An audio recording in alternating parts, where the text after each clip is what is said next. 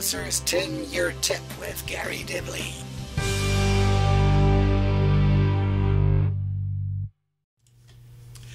Well, good evening. It is a Monday night again. It is 9 o'clock. It is time for 10-year tip with myself, Garry Dibley, and lots from Mark tonight. Today is, to the exact day, our first birthday. 10-year tip has been on the air for exactly 1 year. It was the 28th of January this time last year that we did our first show. And those of you that were around last week may have noticed that I wasn't here. We had some bloke decided to skid in the snow and take out a local BT box where most of my cables connect to. Very nice of him, and it took BT the best part of a week to get it back up and running again. Being our first birthday, we had a birthday present. Well, we had something very exciting land on the doorstep today. Now I know most of you will know how excited I will be to have this little black box that arrived today, containing a DNA 20, yes. So you may see, or you will see, me putting one of these together. On the subject of the DNA 20, we were supposed to be having Mark in tonight in the screen. Unfortunately, the weather here is absolutely horrific, and my wife barred me from running the normal cable that comes out. So I'm on wireless tonight. Hopefully all be good. I have not much time to waffle tonight, but what I'm going to do is crack straight into the videos.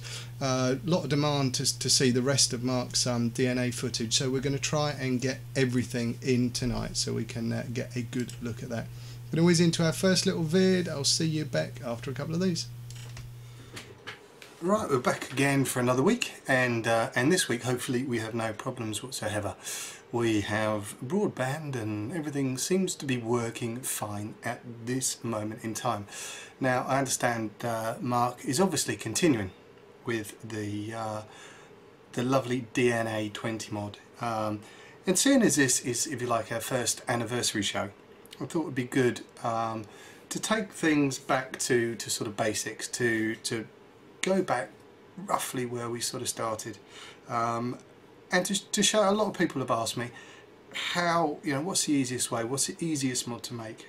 What I'm going to do, I've got a sheet of paper and we've got some bits, and I'm going to, if you like, draw out a couple of scenarios, so we can go through and hopefully understand, not just, obviously we've shown you soldering, and Mark's getting technical with his DNA, taking it back to basics. As you can see before us, we've got our, if you like, a standard battery box that we've all seen.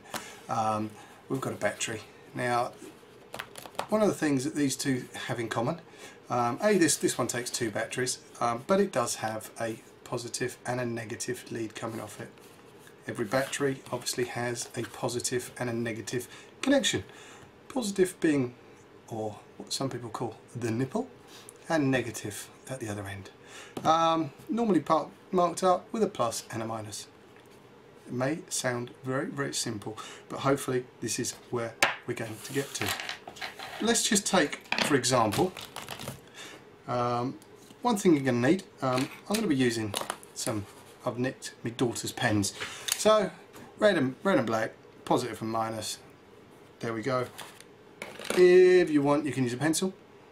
Make sure you have lead in your pencil, and the one thing that we can know, obviously, if you got a nice sharp pencil to draw out your mod, the one thing that you're going to need is a rubber, because obviously a rubber, a good rubber, can avoid big mistakes, as it says on there.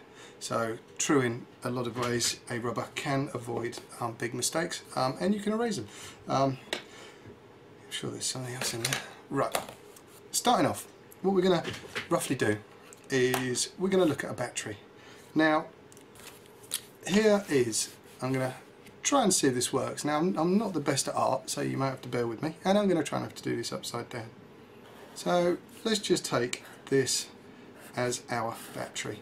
Now, our battery has a plus on this end, minus on this end. Essentially, there's our battery. Now, for your bog standard mod, you would need obviously some sort of a battery housing that your battery is going to go in. I'm going to draw a nipple on there just because I can. So we've got our pos and our minus on our battery. Simplest scenario in the world in terms of a mod. Now a lot of people say about switching, it doesn't really matter whether you switch the negative or the positive. I'm going to draw in this little diagram here a switch. There is our switch. Now at the moment our switch is in the open position. Obviously when you press your button on your switch, what you're doing effectively is closing that contact. So you will have a flow of your currents going through there. The other thing that we've got at the other end, which is obviously quite essential, is our atomizer connection, or our little 510 screw thread that we can plug our ATI into. And we all know on those essentially that the middle pin on this is your positive and the outer housing is your negative. So the most simplistic way of putting together a mod that will function in 3.7 to whatever volts they are going to be taking a feed from your positive or your negative via the switch. In this case what we're going to do is switch the positive side. So we'll have a red wire coming out of our battery holder, going to one pin of the switch, going out the other pin of the switch, and that will pop round and go in on the middle post. Negative wire, again, is just going to come off your negative end of your battery connection and it's going to solder down on the outside of there.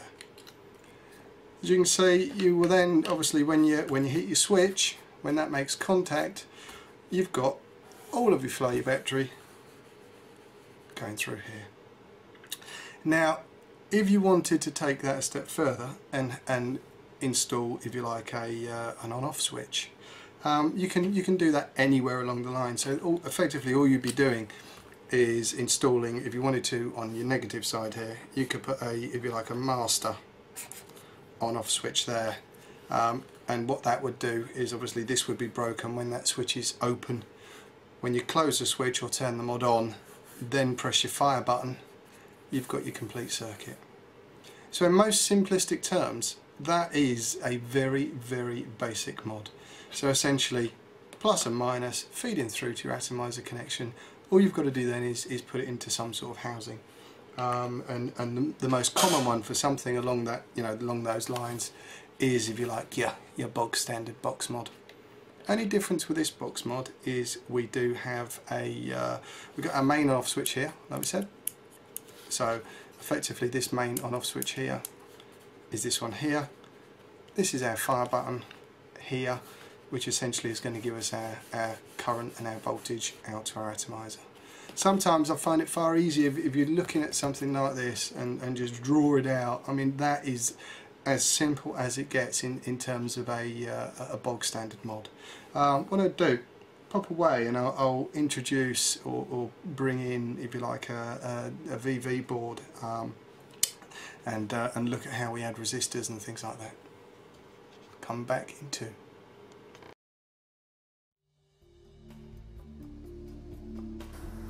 Right then, so when I left off last week, we just finished off trimming up this atomizer connector to a nice short one. Now I need to drill a couple of holes, one for the atomizer connector and one into this section so I can pop the wire through and solder to it. I've found that this can be quite difficult to solder to, so doing it through a hole seems to work a bit better. So I'm just going to freehand this somewhere in the centre.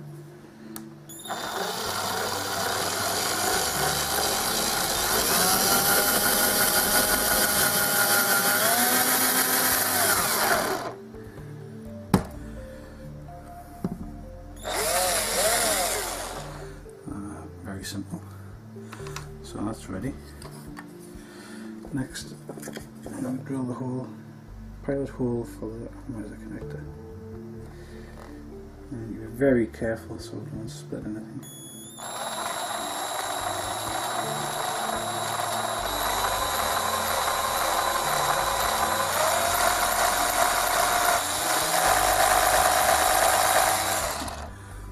So that's that simply through.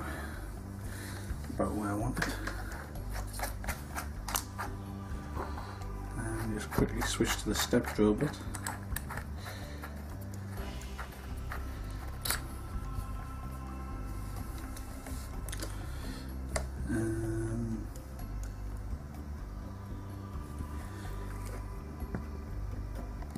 Carefully drill through with this now.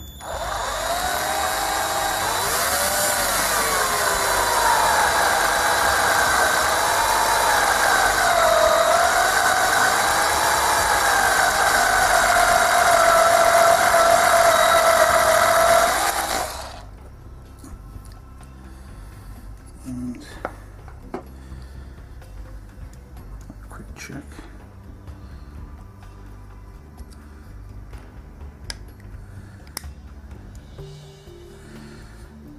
And that's about there.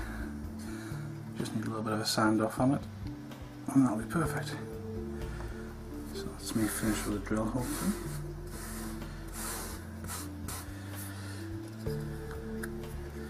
Now, next job, I need to solder this up. So I'm going to pop the wire through from the back.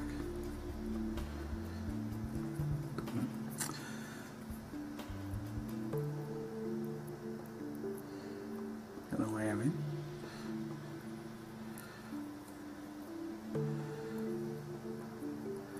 And this will just flatten it out a bit onto the surface.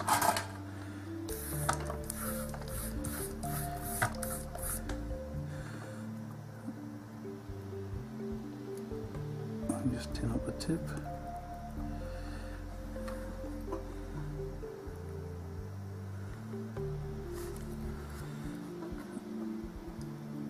And that metal gets very hot very quickly.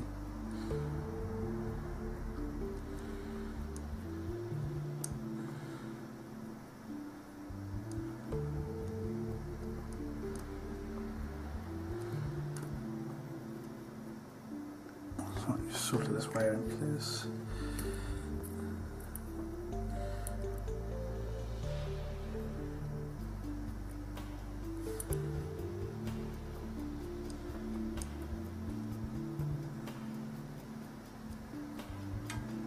Like so.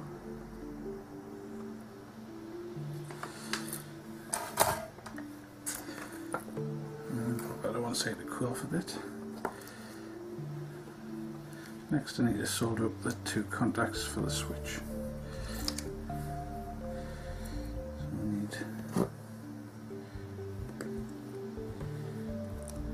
couple of lengths of wire.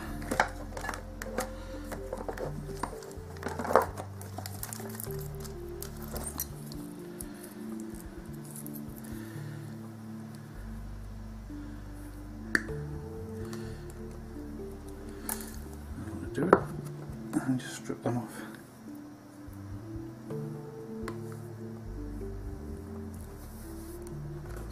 One and two.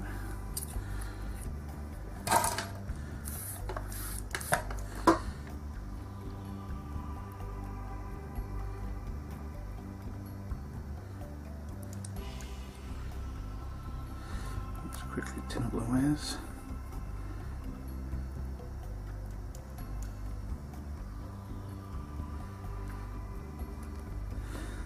And tin up the two contact points I've cut out on the copper strip.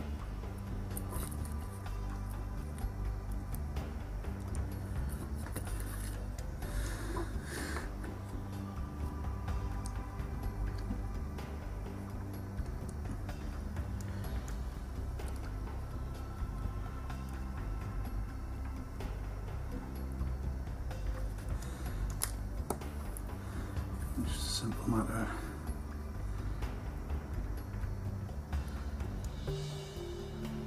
Hold the two together and heating.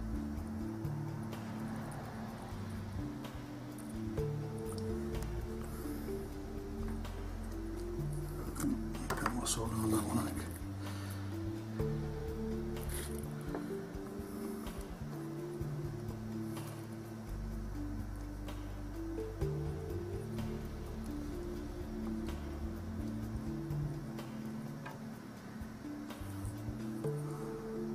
And that will do.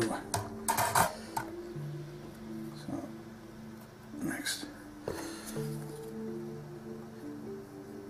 pop this wire through the retaining holes.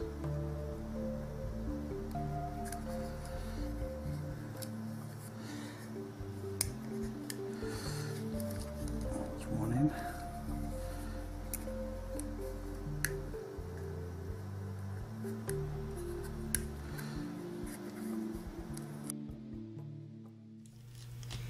And there we go, there's Mark continuing with that DNA mod. As I say, I've got quite a lot to get through tonight. I want to try and get all of these DNA bits right the way through to the end. I've had a lot of requests through the forums basically, telling me what a cracking job Mark's doing on that, so we want to get it all in and all done in the one show tonight. I need to crack on to our first set of ad breaks. I will see you back very shortly after this.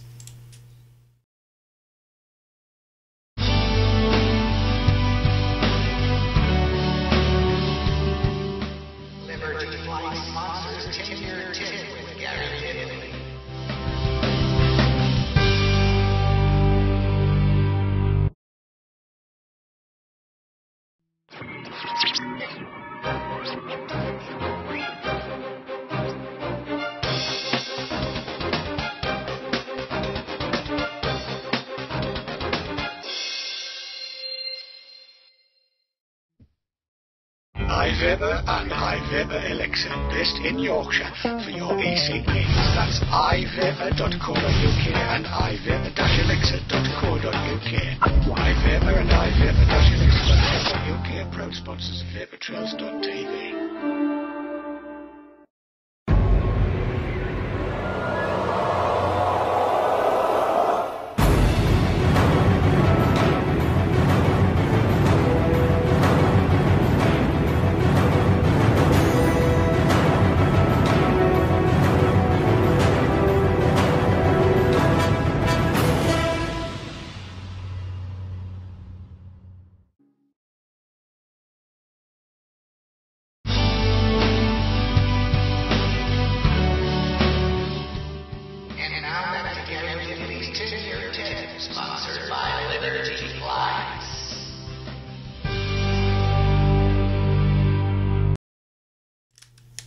So there we go. That was a very short break.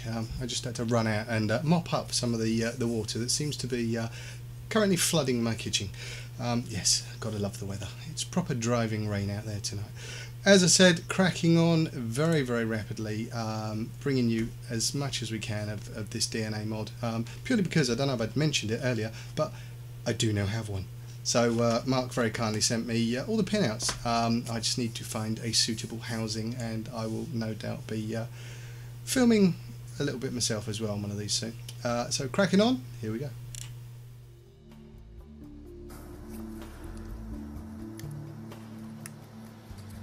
That's the wire through the gates. I'll just pop this battery connector. Obviously it's the right way up, of course.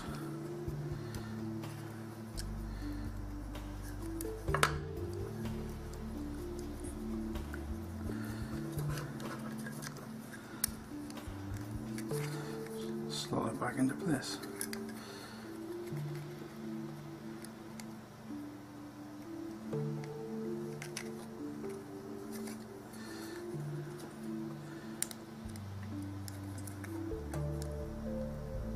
The tension on this should help to hold this wire in place, so hopefully it won't come away at any time in the future. And that's ready. Next I need to deal with the switch parts, which is just a matter of covering around the outside of each side a length of insulation tape.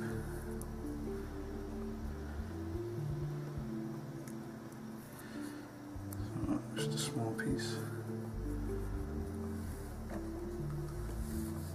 Cut.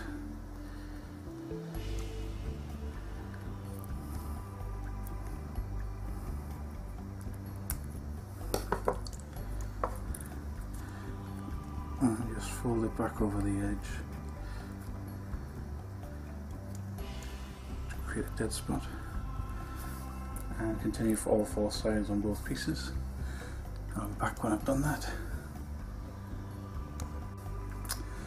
So I've finished off edging all the way around here with insulation tape, and the same on the other side. So now it's just a matter of popping the two sections together with the two bare copper plates facing each other. And all you want to do is run a layer of tape across them both to seal everything together.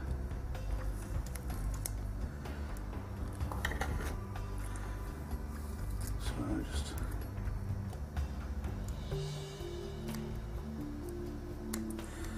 pull it in,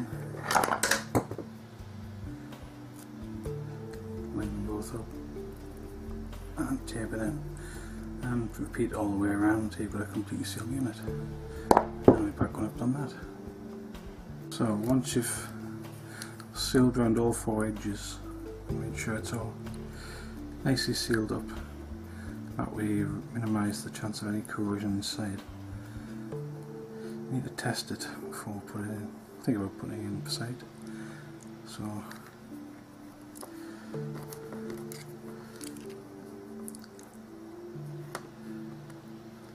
put one on each side, and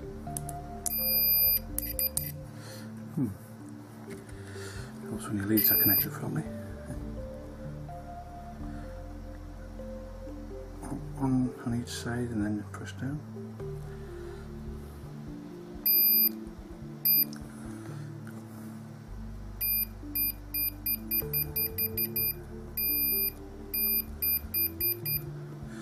That seems to be working nicely. Now, the next job is to seal the switch in.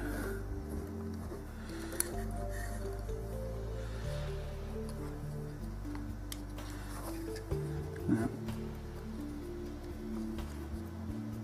the switch itself is going to want to go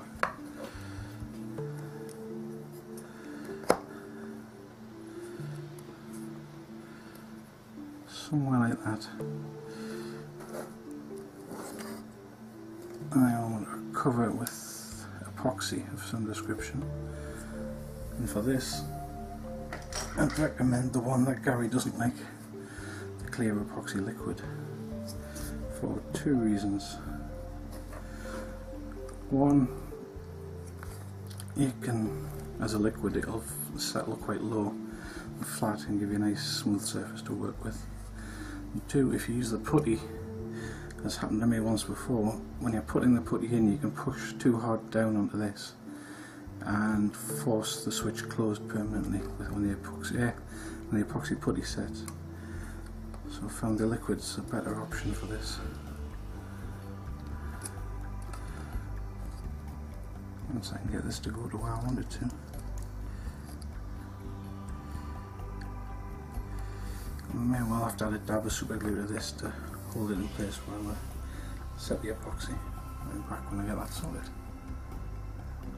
So, as Garry mentioned with this, it does set rather quickly.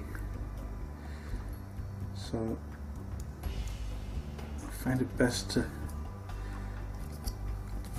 work with small amounts and have everything prepared before you start to mix it up. Because once you start, you've only got a very little time to work with it as quickly as possible.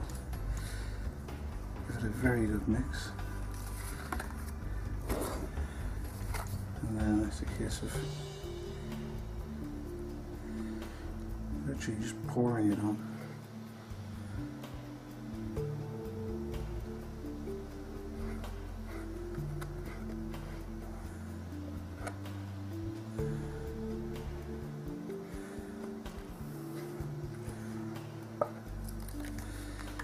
And then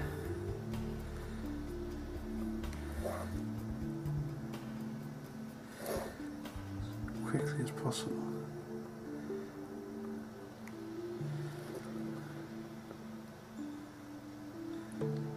Spread it out so that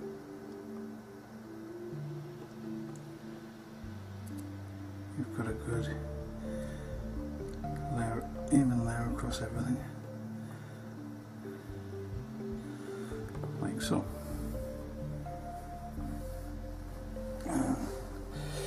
Then just leave it on a flat surface to set, and like I said, it shouldn't take very long.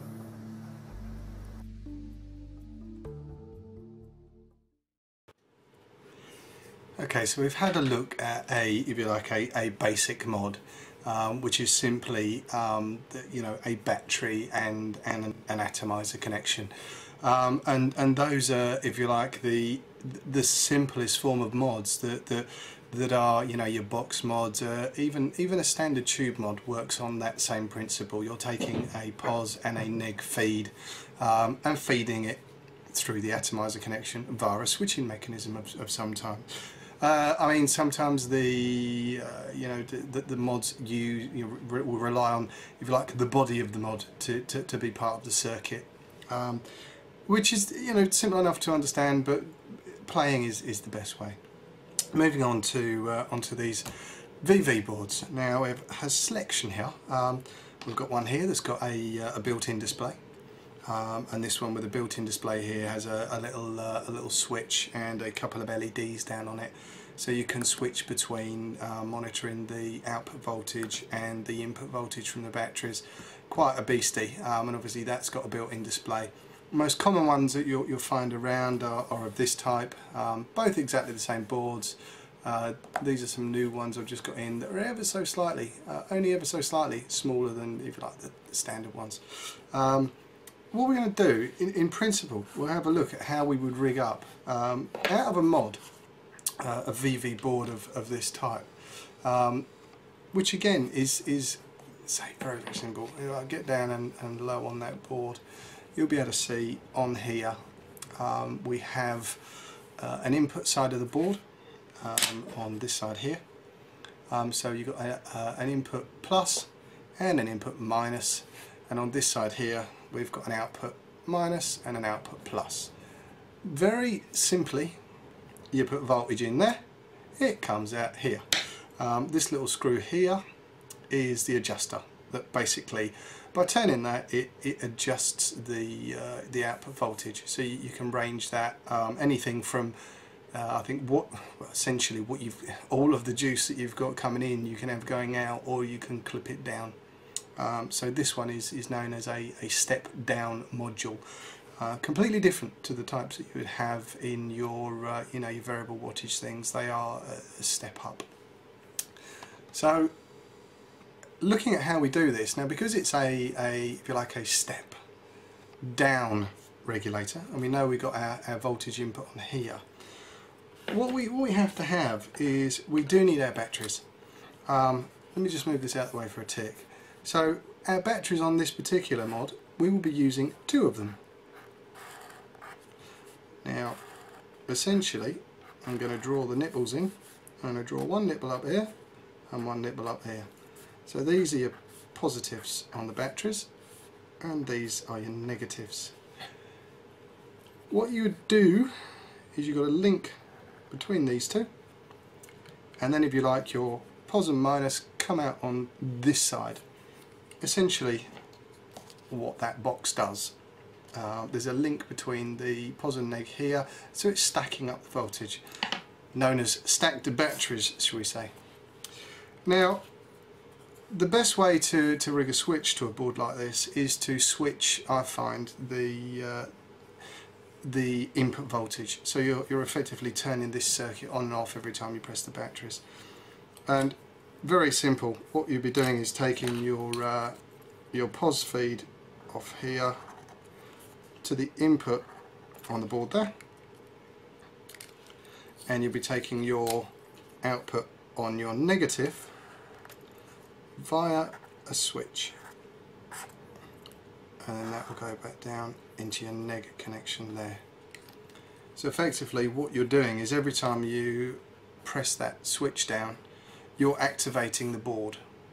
I would say you don't really want to be switching on the output side, because you'll be draining your batteries down. At this point here you're switching the supply to the board, and not sort of you haven't got a constant supply going in and just switching the output, which will drain you, run them down to nothing at all. Again, in simplest terms, on the output of this you would have a positive output and a negative output, and that would go into your atomizer connection here. So neg again going to the outside, and your pos going onto your middle pin. Again, very simple how you would use one of these little regulated boards. Now if you wanted to include, if you like, a voltage readout, although this board here has a built-in readout, if you wanted to include a separate voltage display and use it something like we've got down here in the tin, we've got a separate display in. As you can probably see here, I've got my two output wires, or two wires from the voltage display, and these two are my two wires that are coming out from the regulated board, exactly the same as this. So effectively what I'm doing with this display that's down in there, let me just put in our little 3-segment display down here, so that will do your volts, something like that. You would have a positive and a negative feed, and I normally would take them from the atomizer connection. So my neg feed would come back out and join onto the neg feed there, and the pos feed would have, essentially go into the same sensor pin. So what you're getting there is, if you like, your voltage under load. Excuse me. So when you press this button, you're completing the whole circuit, all your voltage is going in, it's been clipped down to whatever you want it to clip down to, coming out to your ATI connection, and you're also displaying the voltage under load on this atomizer connection. You will find if you unscrew the atomizer connection, press your button, you may get a couple more volts, but points of volts displayed. As soon as you screw the ATI in, that will drop down ever so slightly because it's giving you the underload reading. Very simple sort of circuit layout on how to rig up one of these boards, and sometimes it looks far easier to see it in this scenario rather than actually, making it and waffling for 2 hours, which I've probably done lots of. But again, this has been a request that's come through to see whether we can break it down, very simply, so it's there and you can see exactly what we're doing. Hopefully that's worked. I'll catch you back episode shortly after this.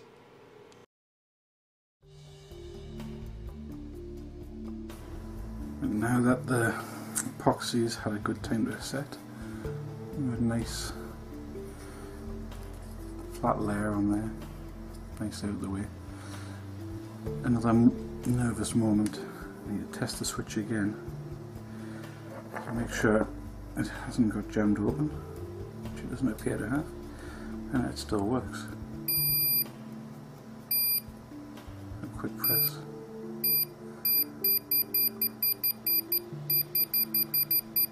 That seems to be working perfect. Very nice. So now I need to sort out where the hole's going to go to get the display through. So I wanted to go in that way with the up button at the top and down button. I'm going to be still using these tiny little buttons on the inside. I'm not going to put external buttons on at the moment, because most things I never use the buttons really. Once it's set for me, and I don't want to complicate this for the first go. So it's going to want to go somewhere about there, I think.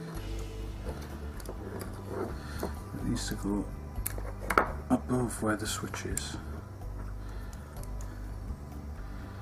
It's going to sit just above where the switch is. So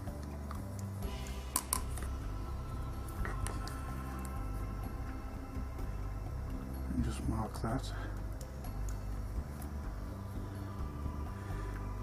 Give me a rough idea. And that's going to sit inside there, and it won't impede on the short atomizer connector now. So that looks good there.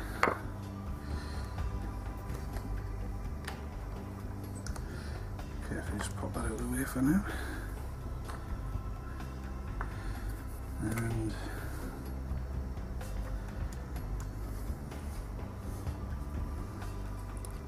probably going to want to come through about here. So,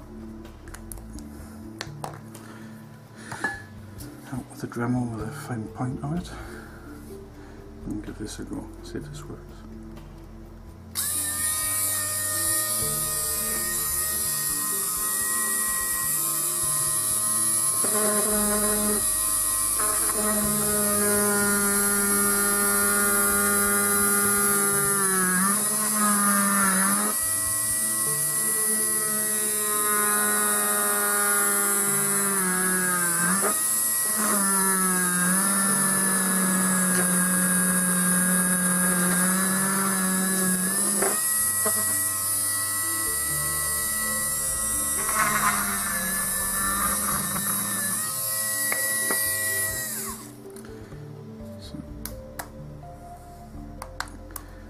It's well and truly covered in plastic now. That's come through just above where the switch is, and hopefully I need to make it slightly longer.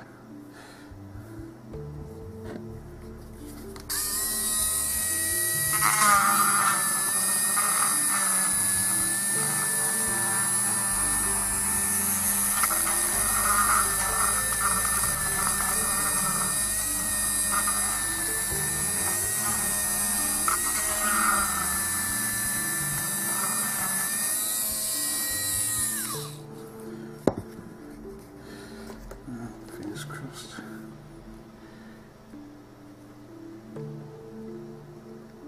Still too small.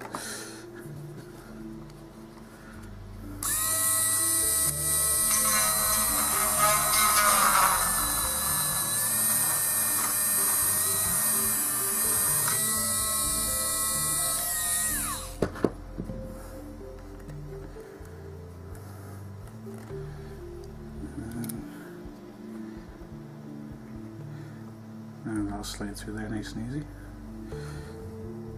I just need to sand this off so to get rid of any rough edges on it. And then I'll be ready to pop it in.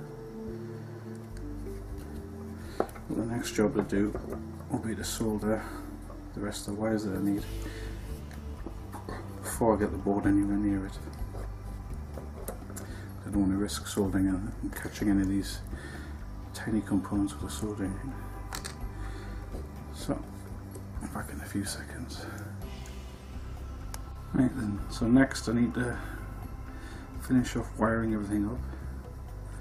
So I've taken the centre pin out of the atomizer connector to solder it out here just to make life a little bit easier for me. And I've prepped up all the wires that I'm going to need. So, let's swing out that. Clean up the wire.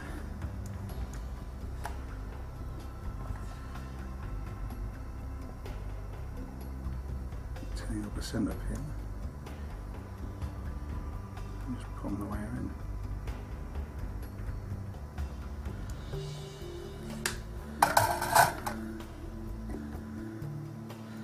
That's that one done. Next, I need to solder up the negative to the atomizer connector, which is going to be probably going to be difficult to show on camera. Here it is.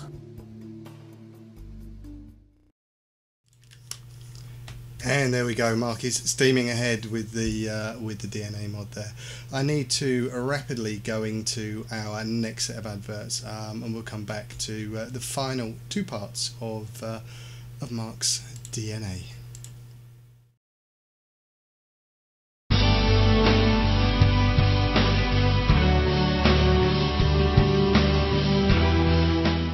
Liberty Flights sponsors 10-Year Tip with Garry Dibley.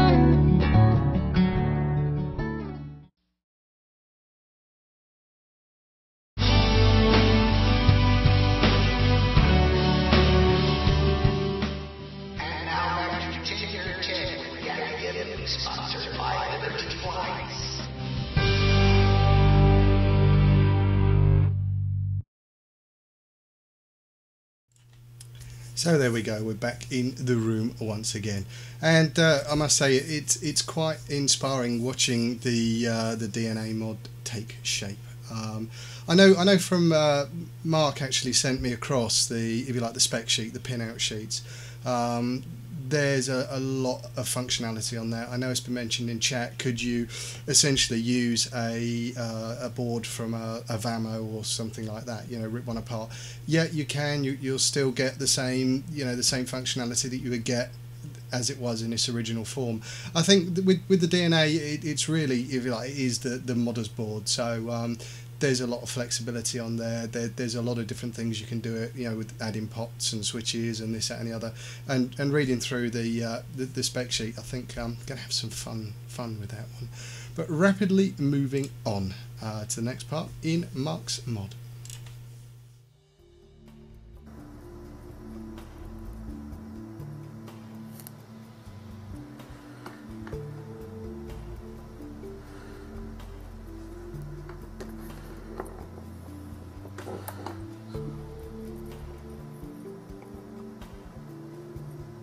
To the outside edge of that.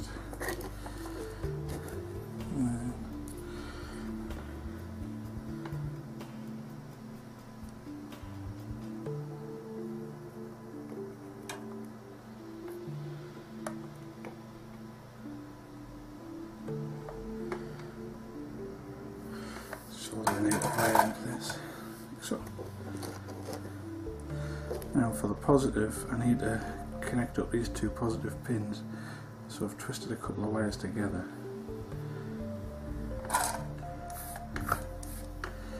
So again, it's just a matter of tinning up the ends.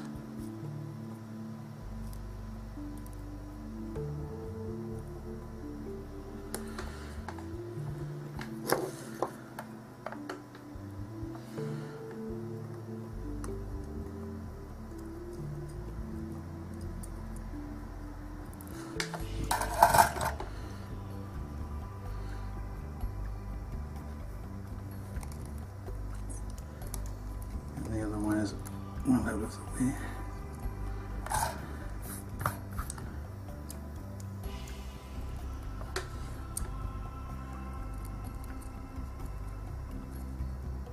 I'm just heating the whole thing up.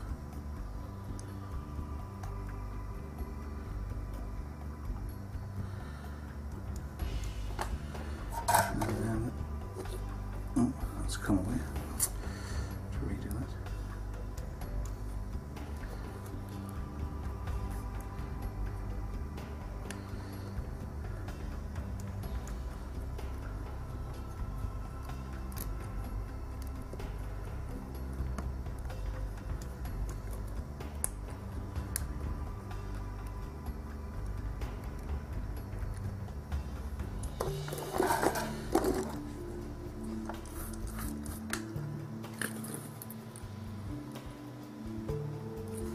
So just turn up the wire.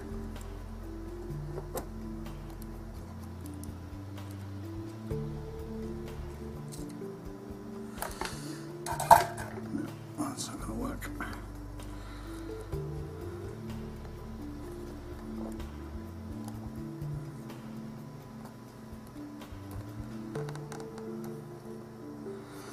Let's try like that.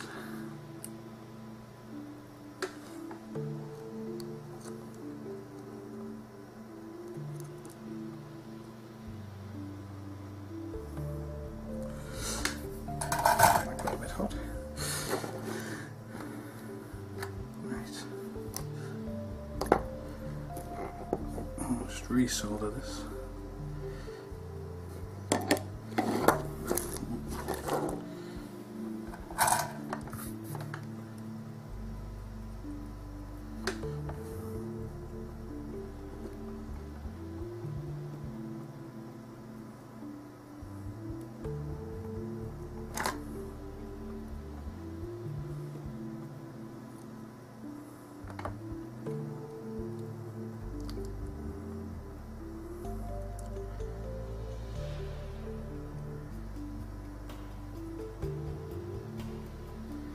It's all a matter of getting enough heat into the atomizer for it to sit, which that hasn't.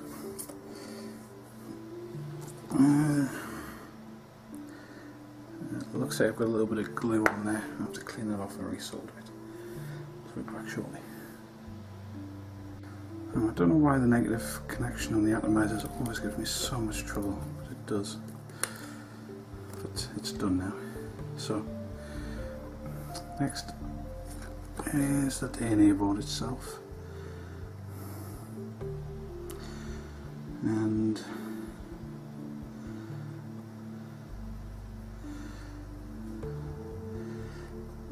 battery connection first.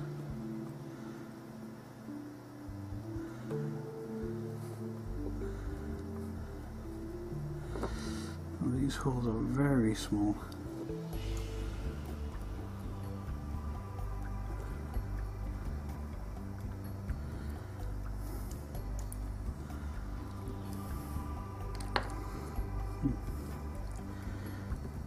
Very small indeed.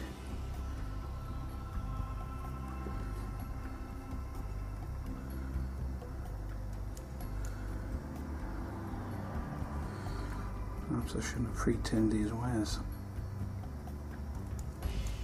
Oh, there we go.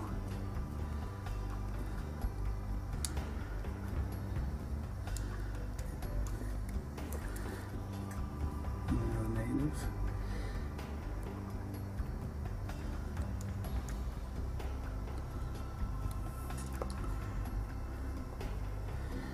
Just gonna need a little trim up, I think.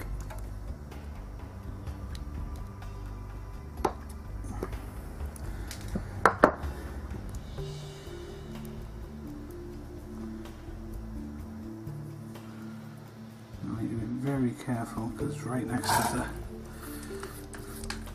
ribbon for the screen.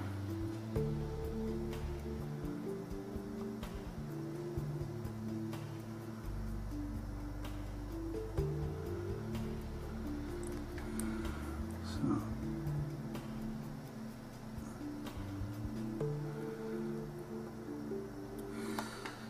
just a quick go with the solder in there.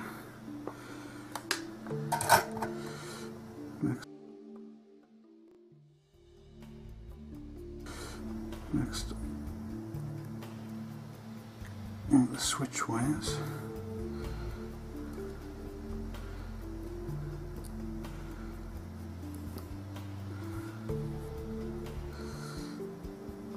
I'm going to trim that one up.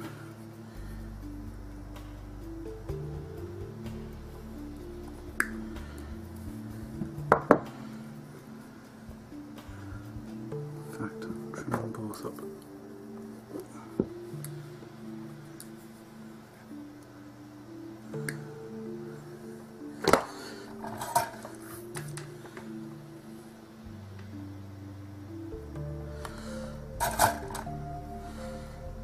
These holes are incredibly small to work with. This being the switch, it doesn't matter which wire goes through which hole.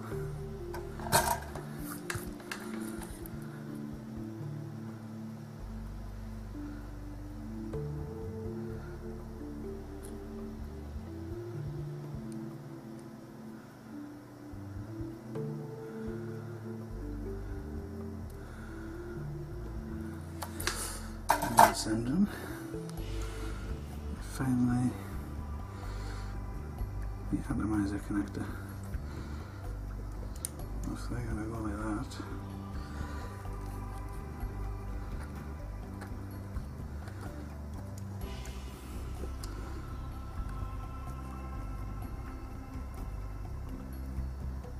And positive.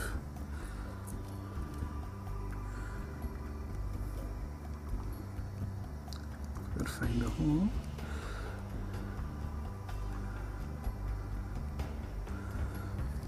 No, that's not going to go.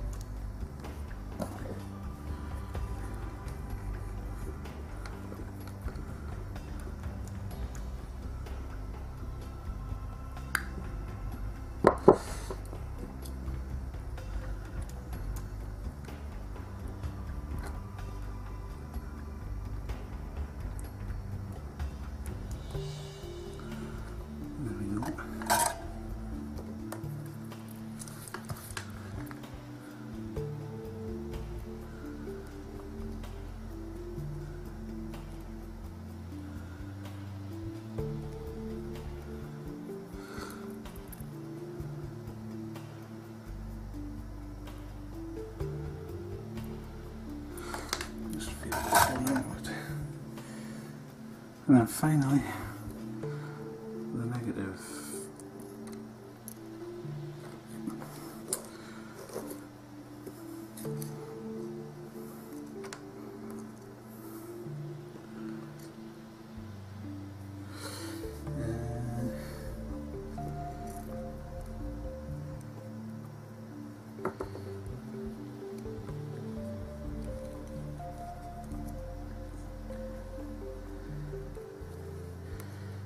Should feed around this side.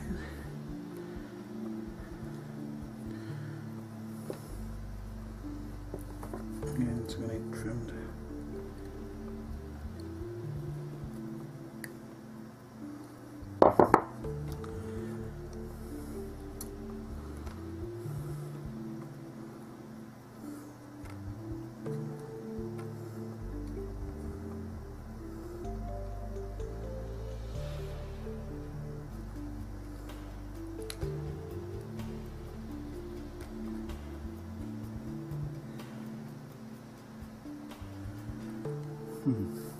Back in a second.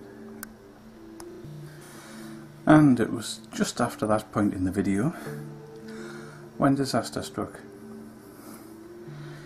And as you may be able to see, that is now a display without a DNA board. Because just as I got it through the casing, I managed to drop the whole thing, and in such a way that it managed to rip off the display, as it's a very flimsy part of the build, shall I say. And if there's anything's going to break, it's going to be at that point, and not a lot I can do to repair it. I would show you the footage, but I'm reliably informed I'll probably be arrested and would be taken off air, but never mind. So here is the final device. No display. I've filled in the hole and coated it, and there is the DNA board in situ. It still works perfectly, minus a display, and as you can see, it switches off fine, and back on. Just the wattage up and down, no problem.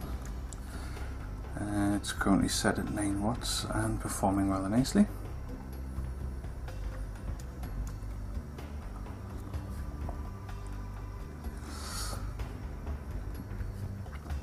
With the NGP 510 atomizer on top, which in this case the light helps a lot, so I can tell it's working fine on it. Pardon me, hiccups. Overall, I'd say it's a really great device, but you need to be incredibly careful of where it connects to the board. That point on a ribbon connector is always the weak point. You need to watch for bending it too far, it getting ripped if it hits anything. I mean, the display itself is still perfectly alright, but it's beyond me to resolder that to a board. There's just not enough left of the connection on the strip to fix it. So be warned, if you're going to get one of these, you need to be very careful with it. Had I managed to install it onto the casing and have it all sealed in place, it would have been perfectly alright for the life of the unit, I would imagine. It's just when you're actually building with it that you've got to be careful. So, never mind. Back to the studio.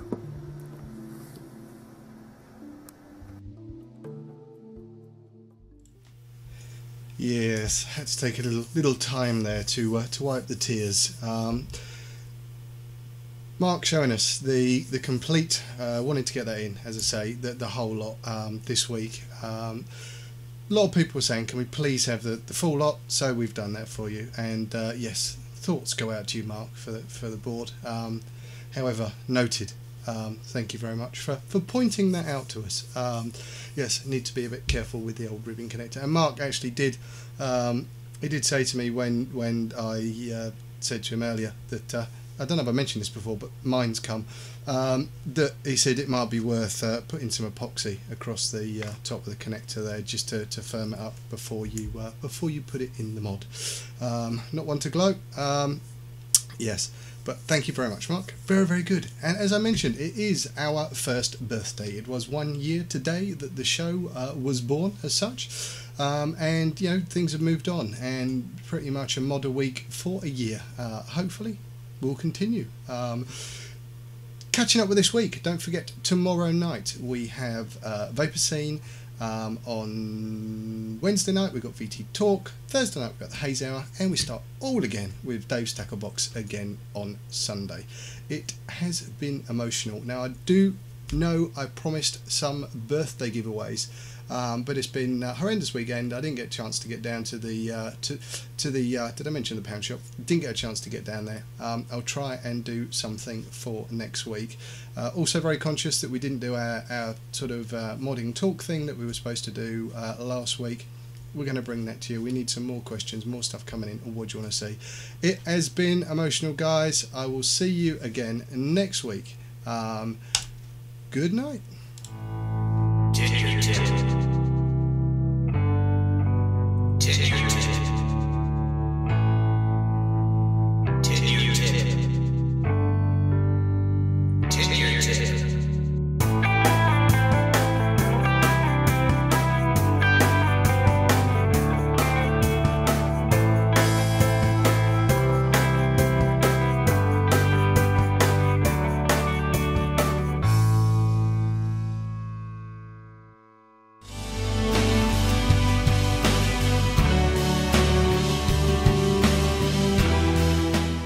Liberty Flight sponsors 10-Year Tip with Garry Dibley.